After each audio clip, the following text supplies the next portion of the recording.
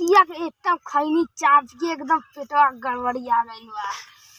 बगैचवा बड़ी दूर बा, चला ही मार लेते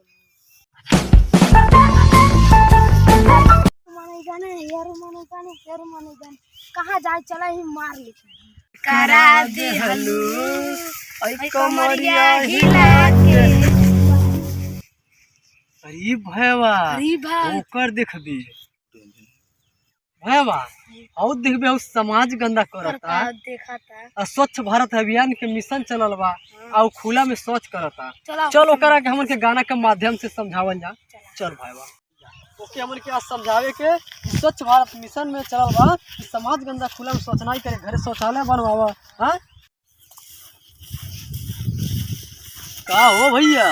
भैया का रे तोन के ये समय मिलल परेशान करे के का रे छोटुआ ये कर देबे ई गलतियों करता और ऊपर से कहता कि अब हमें परेशान करता लोग।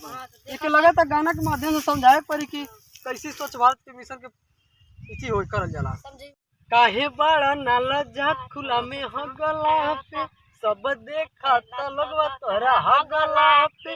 जा शौचालय बनवावा एही लगला पे, जा शौचालय बनवाओ एही लगला पे। जल्ला समझ आयल कि नहीं? आ गई। हमें माफ खरीदा अब खुले में शौचालय नहीं करें।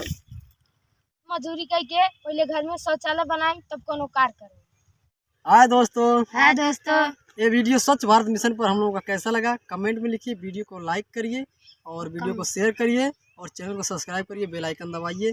और ये स्वच्छ भारत मिशन के वीडियो कैसा लगा, हमारा खुद का बनाया हुआ ये कॉमेडी और ये सॉन्ग है, आप लोग कैसा लगा जरूर बताइए, कमेंट में लिखिएगा। और हम लोग को सपोर्ट करिए दोस्तों, हम लोग बहुत ही मेहनत से वीडियो बनाते हैं।